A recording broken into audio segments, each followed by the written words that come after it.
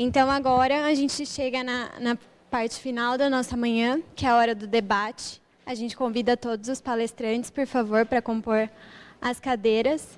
E, para serem os mediadores, nós gostaríamos de convidar a professora Ana Paula Bortoleto, que é professora aqui da Faculdade de Engenharia Civil, e a professora Miriam, por favor, que também é professora aqui da faculdade.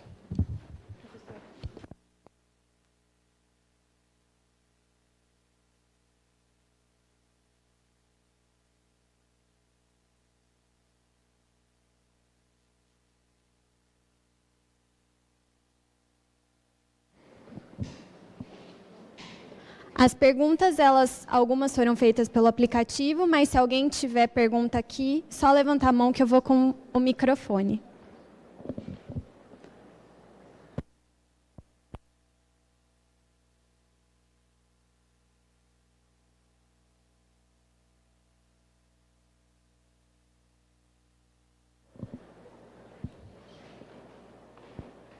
Certo? Podemos. A gente tem aqui uma pergunta da plateia. Seu nome. Bom dia, meu nome é Mariana, eu sou advogada, embora, né? Não tem advogados na plateia, tem. Mas sou mestre aqui na Engenharia Civil, especificamente na área de resíduos. Na verdade, eu não vou fazer não é bem uma pergunta, é mais talvez uma insatisfação. E talvez seja um pouquinho mais dirigida à CETESB, né, em si. Eu tive a oportunidade tanto de trabalhar no setor privado quanto no setor público. E talvez as minhas inseguranças em relação a algumas questões da CETESB, elas tenham ficado um pouco mais, como é que eu posso dizer, um pouco mais... É que eu não queria usar, né, esse termo, mas a CETESB, em alguns momentos, ela me parece benevolente demais com algumas situações nas empresas quanto no setor privado. Então, as minhas últimas oportunidades, e aí eu concordo, né, quando você diz, chama o advogado, né, para auxiliar aqui em determinadas situações. Como é que a gente escapa da legislação. Isso é uma situação promovida pela própria categoria de advogados? Sim, sem dúvida. Mas também esbarra na situação. Eu não vou propor, eu não vou fazer, ou eu não vou me adequar à legislação, porque a CETESB também não exige. Então, o nosso conjunto normativo já foi melhor? Já foi. Hoje é um bom conjunto normativo, pensando em ambiental. A nossa fiscalização, nenhuma. Se a gente parar para comparar o que eu tenho no meu conjunto normativo e como é que é feita a fiscalização. Talvez isso um pouco também a CETESB, mas também a outros órgãos, a conversa entre as legislações, né, entre uma norma e outra. Então, eu tenho no transporte de produtos perigosos algumas exigências que a CETESB não faz. E aí você fica naquele, bom, já que não faz, eu também não vou cumprir. Então, é custoso trabalhar com a legislação nesse sentido, né? Eu sou muito mais, talvez, acadêmica, e espero voltar mais para a academia por conta disso. A gente pode discutir aqui coisas que, se você leva para o empresário brasileiro, não, eu não vou fazer, isso me custa. E aí a gente volta também na questão dos viés econômicos. Então, tem sido assim, a minha atuação bastante frustrante em relação a isso. Né? Não sei, eu sei que o discurso, né, nossa, nós estamos tentando propor isso. Quando você exige que o empresariado, ou que até pensando em órgão público, olha, vamos exigir nas prefeituras, e eu trabalhei em prefeitura, vamos exigir isso. Mas espera lá, a CETESB ainda não me pede isso, então você está me pedindo além. Isso é muito frustrante, né? Trabalhar nessa área é bastante frustrante. Então, era isso. Bom, primeiro, obrigado pela sua manifestação, e eu concordo com tudo que você falou. Tem uma palavra que eu não concordo de tudo que você disse, mas de resto, concordo. E te digo, para nós, funcionários da CETESB, em muitos momentos também algumas situações são muito frustrantes. Aí você falou de vários assuntos, né? Vou tentar mapear um pouco o que você disse. Primeira coisa é que Assim, a parte que eu não concordo, que nenhuma fiscalização é feita. A CETESB faz mais de 30 mil inspeções por ano. São 30 mil inspeções ano feitas por menos de 300 funcionários. Então, você faz uma média aí, é coisa pra caramba. E tem relatório divulgando isso, é um recorde no país. Eu queria ver outros órgãos fazerem o mesmo. Então, essa é a única parte que eu não concordo. Agora, realmente, a gente acho que tem lacunas fiscalizatórias, só que eu não atribuiria total responsabilidade à CETESB, talvez uma parte. Mas a outras entidades. Você deu um exemplo excelente. Transporte de produto perigoso, na minha opinião, infelizmente, não é atribuição da CETESB, é da ANTT. A CETESB não tem atribuição de fiscalizar nenhum transporte. Isso para nós é muito frustrante. E te digo, a gente já tentou mudar e não conseguiu. E a gente não tem instrumento, a gente não tem poder para tanto. Então, essa é uma questão muito complicada. A gente tentou no passado com o CATRI, não era o CADRI, era o CATRI, para quem conheceu, mas isso deixou de existir faz uns quase 20 anos. Então, é bem frustrante mesmo. Outra questão, você falou de prefeitura, eu vou usar outro exemplo. Logística reversa, o assunto que eu falei. A gente fiscaliza a indústria. E o comércio? Será que não caberia, pensando, você que é advogado, vou usar o termo aqui, LC 140, que é a Lei Complementar 140, que trata digamos assim, a alocação de responsabilidades dentro do poder público para licenciamento. Será que não caberia ao município, no alvará de funcionamento, verificar se o comércio está tendo ponto de coleta de logística reversa? A gente está com essa briga, eu estou dando esse exemplo, porque esse é um assunto que está hoje sendo discutido com o Ministério Público aqui do PCJ. Na verdade, Piracicaba, mas é aqui perto. E assim, a visão do promotor é, o comércio tem, o poder público municipal tem a obrigação de cobrar do comércio e de outros entes que são de âmbito de impacto local, no seu licenciamento ou alvará de funcionamento, ao cumprimento da lei ambiental. Então, ele está pondo num TAC, acho que são 9 municípios, assim, é um negócio enorme. Então, só estou te colocando que existe um problema, é enorme, e não é só da CETESB, é de muita gente. Agora, é claro que existem situações várias onde talvez a CETESB pudesse melhorar. E o que a gente sempre sugere, é óbvio, é que vocês nos ajudem. Né? A gente de dentro, para quem está do lado de lá da trincheira, e a gente tem muita essa conversa com ONG, comitê de bacia, às vezes município, estamos do mesmo lado, viu, gente? Então, assim, a população, ONG, tem que se manifestar para nos apoiar. A gente teve um caso com qualidade do ar, faz uns 4, 5 anos, onde houve uma movimentação popular de ONGs, de movimentos sociais, pedindo para mudar os critérios de classificação de qualidade do ar do Estado de São Paulo, seguindo padrões da Organização Mundial de Saúde. Pô, muito legal. Só que a hora que você faz isso, você muda o que você tem que fazer quando o padrão atinge, porque mudar o padrão é mudar o termômetro, mas a febre continua. E aí você tem que tomar providências. Providências do tipo, hoje está proibido circular veículos numa região X. Hoje não pode ligar caldeira na região Y. Na hora de você fazer isso, existe uma reação da sociedade muito grande. Porque você está falando de empresas que geram empregos, que numa dessas você está deixando 5 mil pessoas desempregadas na hora que você interdita, fecha uma empresa. Então, é preciso que a sociedade ajude o órgão ambiental, não só para mudar o padrão, mas para aguentar o tranco de todos os efeitos que uma mudança da legislação com endurecimento da lei ambiental significa. E é isso que eu, pessoalmente, acho que nos últimos anos houve muita dificuldade. Tivemos uma crise hídrica agora, e eu acho que faltou mobilização para aguentar o tranco das medidas duras que deveriam ter sido tomadas. Né? E, enfim, mas eu entendo sua frustração e o que eu posso te dizer, assim, solidariedade, é que também é de muitos de nós na CETESB. Viu? Pergunta? Vocês conseguem?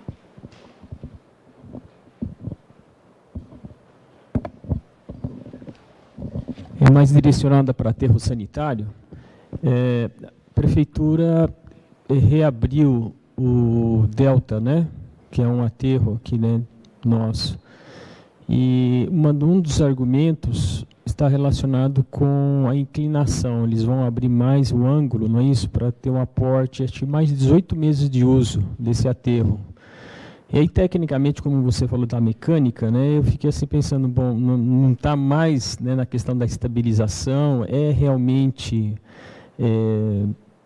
profissional, é realmente uma medida correta essa de reabrir, não é isso, porque ele já está fechado um tempo, e todo o resíduo estava indo para Paulínia, né, como ainda continua. E agora essa nova solicitação. Né? Desculpa, vou aproveitar mais. Parabenizo, né, no caso da CETESB, né, você falou sobre educação ambiental, eu acho que isso é uma coisa muito importante que a gente tem que fazer. E, inclusive, só para comunicar, a gente vai ter uma audiência pública dia 7 de novembro do Plano Municipal de Educação Ambiental que a gente está fazendo aqui em Campinas. Então, estou convidando a todos também para participar, né? E eu acho que isso vai ser muito importante, porque é um passo para a prevenção, né, dos recursos, né, do meio ambiente, que a gente tem realmente visto que está muito escasso aí. Obrigado. Oi. Olha, acho que tua pergunta é muito pertinente e fico feliz que você tenha feito uma colocação dessas, tá? A minha resposta como geotécnica é a seguinte: construir um aterro sanitário, ocupar um espaço, né, da superfície para disposição de resíduos é caro. Envolve muito preparo da base, enfim. Então, é um espaço superficial que você está utilizando e que exige investimento grande.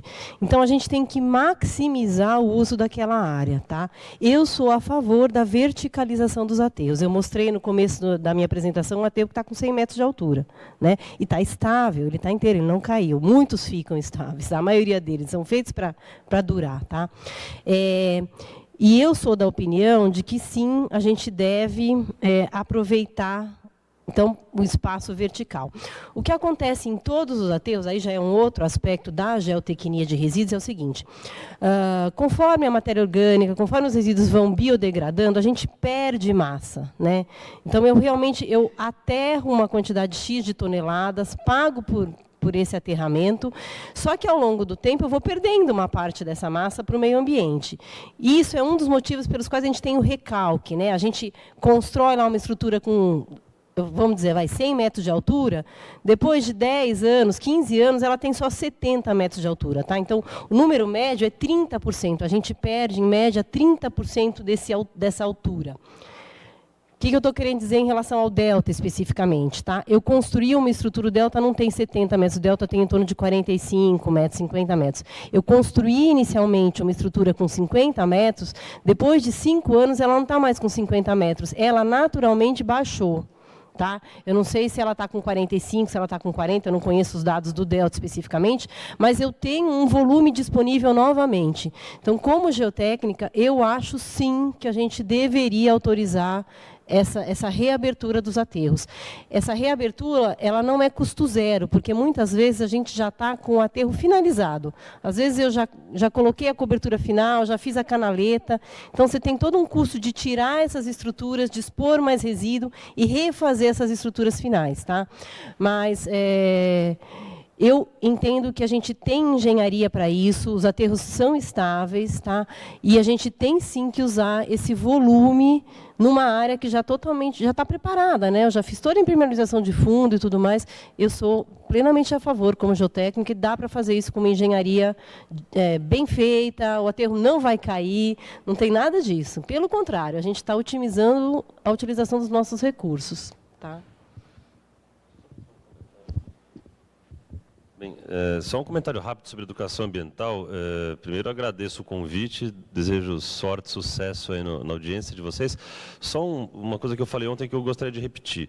A gente precisa ter cuidado para que a educação ambiental não seja hoje fundamentada em separar reciclável. Quando eu estava na graduação, e lá se vão 20 anos, era uma grande novidade. O sujeito que tinha um cesto de reciclável em casa era o sujeito assim, estratosférico, era o ponto fora da curva. Hoje, é carne de vaca, entendeu? Todo mundo tem que ter. Não ter isso é o ponto fora da curva. Pessoalmente, eu tenho uma filha de 3 anos, e ela já sabe o que pôr em cada cesto. Tem um índice de erro ainda, mas assim, ou seja, ela já sabe o que é o reciclável. Então, assim, ter um plano de educação ambiental precisa ir muito além. A minha provocação para vocês é que vocês aqui, ainda mais considerando a região de vocês, que na minha opinião, dentro do Estado, é a que tem o melhor recurso humano de todas as bacias hidrográficas, e também um nível socioeconômico bastante elevado, que façam uma ousadia de dar um passo bem adiante. Por exemplo, por que não falar de coleta seletiva de orgânico? Para compostagem, MTB, CDR, aí teria que ver o que vai fazer depois, mas pensar em coisas que em nichos dê para fazer. Talvez não dê para fazer numa cidade grande, mas num bairro, num núcleo, num condomínio, começar com projetos que avancem os sistemas um pouco mais do que o que a gente vê hoje. Obrigado. Bom dia. A minha pergunta para a Regina, mas vou dar sequência no que você deu início. Regina, o grupo GGUS, né, da qual você está vinculado, tem como objetivo a gente ter uma universidade sustentável. Né? Eu vi uma reportagem essa semana que mesmo com o país em crise, né, o baixo comércio, o aumento de resíduo doméstico aumentou devido ao consumo de materiais baratos. A Política Nacional de Resíduos Sólidos, que está sendo aqui, a todo momento, né, citado em alguns pontos, tem revelado que está indo já para a terceira, né, elevação de tempo para que os municípios cumpram. E a taxa de reciclagem básica, não tem aumentado tanto. A universidade, né, que tem o GGUS como prioritário, uma universidade sustentável, ela pensa em ser um modelo a ser copiado pelas cidades, né, no que tange, aí eu chamo todo mundo para a questão de cidadania, né, independente do grau de conhecimento de professor, funcionário, aluno, mas de uma gestão, né, triagem de material e até reaproveitamento desses materiais, de outra forma, nas estruturas que nós precisamos para o dia a dia. Eu vejo também algumas empresas preocupadas com a sua imagem, com o seu produto que ela coloca no mercado, tomando iniciativas de lançar campanhas visuais. Hoje teremos a Tetrapac aqui à tarde falando do seu produto, né, bastante visível. Quer dizer, não se negando a mostrar para a sociedade, para a comunidade, que o seu produto realmente também gera um resíduo e que é de suma importância, tanto o consumidor como o fornecedor, trabalhar no sentido que esses impactos sejam reduzidos. Mas a pergunta é o seguinte, para você. No plano do GGUS, existe espaço para ter parcerias com essas empresas, para melhorar e dinamizar esse desenvolvimento do reaproveitamento dos materiais, não só incorporando a pesquisa de ponta e científica, mas algo que atenda também o cidadão comum? Zé Maria, não sei se eu entendi bem, né? Você sabe que o Grupo Gestor Universidade Sustentável, ele não faz a parte de operacionalização. Né? Perfeito. O que a gente faz é estabelecer políticas. No caso, a estabelecer políticas, a gente está querendo ampliar essa visão, começar a ser um modelo, como você falou. Mas essas coisas têm que se passar pela viabilidade econômica, né? Não tem como. Não é que a gente vá receber pelo que a gente faz, mas não, a gente tem que investir os recursos que a gente tem de maneira adequada, nas coisas que têm mais prioridade. Está sendo levantado o que a gente vai fazer. Nós não atuamos ainda na área de resíduos urbanos, né? Nós ainda estamos... objetivo ampliar o escopo e ter o diagnóstico para ver onde a gente vai ampliar esse escopo. Eu acho que cabe. Perfeito. Ok, obrigado.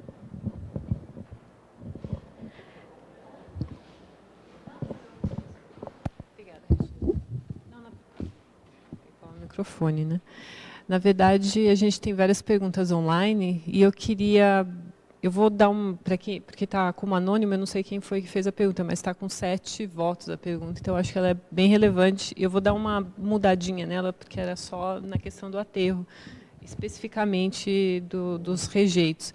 Mas o fato de que aqui no Brasil a gente não cobra necessariamente que o aterro aumente o preço para o próprio aterramento do resíduo sólido urbano, e com a perspectiva da política de que no futuro só vai receber o rejeito, acho que dentro da perspectiva de cada um que apresentou, qual que efetivamente vai ser o efeito disso no futuro, né? Não sei, como já foi mencionado aqui, a gente não sabe qual é a janela de tempo da política nacional, principalmente para simplesmente fechar os vazadores a céu aberto. Então, a partir do momento que você começa a pagar mais caro por esse resíduo aterrado, qual que é o efeito na viabilidade de todas essas tecnologias que foram apresentadas e no próprio aterramento mesmo, né? Que ele praticamente vai virar um aterramento de rejeito, né? Mínimo, né? Então, daí eu passo o microfone para cada um. Olha, eu vou falar do que eu conheço um pouco mais, que é a parte de aterro, tá? Não sei se, quando a gente passa em frente a um aterro sanitário, se nós aqui, se vocês olham e falam, nossa, olha, isso é um super negócio. Porque a verdade é que o aterro não é um super negócio, tá? A equação econômica dos aterros não é boa, essa que é a verdade. Senão a gente teria muito mais aterros, para ser sincera, tá? O que acontece é que o aterro, ele normalmente está pendurado no contrato de limpeza da cidade, né? Então, o consórcio que ganha o contrato de limpeza da cidade toda, quer dizer, é tudo, né? Varrição, coleta, tal. Dentro do contrato está incluído o aterro. E essa é a parte, na verdade, que menos interessa, porque normalmente é uma parte que dá despesa, tá? O que eu percebi também, o que eu verifiquei no ano passado, com a crise, aí, com os municípios sem pagar, né, a disposição, os aterros no final financiaram muitos municípios, né, operando durante meses a fio sem receber. O que a gente vê é que, assim, se essa equação econômica... Gente, ó, vejam, dentro do negócio todo, dentro do contrato todo, que é um contrato milionário de limpeza da cidade, né? Eu sou mais amiga, eu me relaciono mais com o pessoal que opera o aterro, tá? Que opera esse negóciozinho pequeno dentro do contrato todo. Então, os meus amigos são os que veem só a equação financeira do aterro dentro do contrato todo. E eu posso dizer para vocês que, assim, a equação financeira dessa parte pequena do negócio, ela não tem uma margem significativa de lucro hoje em dia, tá? Com os preços que a gente pratica, né? Em 2015, isso virou uma palhaçada, na realidade, porque se tornaram negócios deficitários. Eu digo de todos os meus amigos que estavam lá descabelados, como é que eu vou comprar rachão para fazer dreno, como é que eu vou comprar solo para cobrir o resíduo. Então, foi uma coisa assim, muito, muito complicada, tá? Se a gente conseguisse aumentar o preço, claro, da tonelada disposta, né? Principalmente os preços de prefeitura, que são os preços que realmente significam no negócio, né? São os maiores volumes que os aterros estão aterrando, no fim das contas. Claro que a gente ia ter negócios muito mais rentáveis. E aí eu posso dizer que a gente ia aumentar o número de aterros, porque a iniciativa privada ia falar, opa, eu quero construir o meu também. Tá? Gente, está todo mundo falando. No fim, é dinheiro, são negócios, né? Não dá para fugir disso. Tá? Agora, tem o outro lado da moeda. Se vai custar mais caro, nós vamos estar pagando mais caro também. Né? Então, a prefeitura vai pagar mais pela tonelada disposta, nós, cidadãos, vamos pagar por isso. E a gente está num momento um pouco crítico para falar de pagar mais por alguma coisa. Né?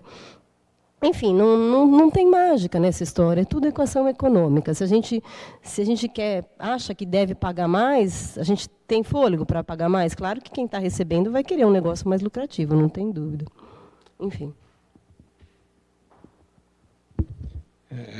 Bom, no meu caso, o interesse é tacar fogo, de novo.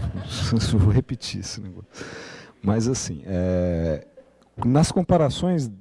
E todo mundo fala da sustentabilidade energética, das opções tal, e aproveitamento dos resíduos.